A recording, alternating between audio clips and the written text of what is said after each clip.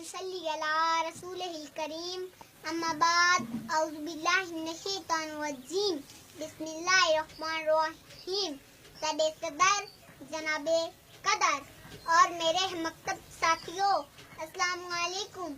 आज मुझे जिस मौजू पर बोलने का शर्फ हासिल हो रहा है वो है बेटी। दोस्तों, याद रखना, बेटी रब की रहमत होती है और रहमत का कोई हिसाब नहीं होता। दुनियावी सी बात है कि जब बेटा पैदा होता है तो दुनिया वाले कहते हैं बाप की विरासत का वारिस पैदा हो गया है, और जब बेटी पैदा होती है तो लोगों के मुंह पर 12 महीने लगते हैं। आगे चलकर क्या होता है, बेटा विरासत बांध लेता है, बेटा माल बांध लेता है, लेकिन जब दुख दर्द की बात आती है तो बेटी आ जाती है। जब खिदमत की बात आती है तो बेटी आ जाती है।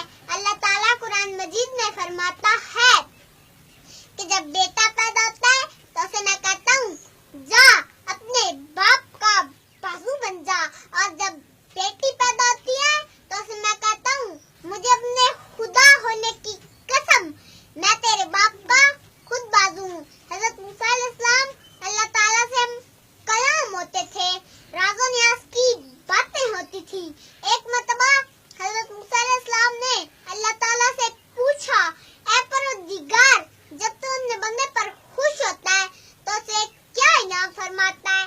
दो जहानों के रब ने फरमाया, ऐ मूसा, जब मैं अपने बंदे पर खुश होता हूँ तो उसे एक प्यासी बेटी अता करता हूँ। दूसरी बार फिर पूछा, ऐ परवरदिगार, जब तू अपने बंदे पर उससे ही ज्यादा खुश होता है तो उसे क्या इनाम फरमाता है? दो जहानों के रब ने फरमाया, ऐ मूसा, जब मैं अपने बंदे पर उससे ही ज्यादा खुश होता हूँ तो उसे दूसरी बेटी अता करता हूँ। तीसरी बार फिर पूछा, ऐ परवरदिगार, जब तू अपने बंदे पर बहुत ही ज्यादा खुश होता है तो उसे क्या इनाम फरमाता है? दो जहानों के रब ने फरमाया, ऐ मूसा, जब मैं अपने बंदे पर बहुत ही ज्यादा खुश होता हूँ और मेरी खुशी की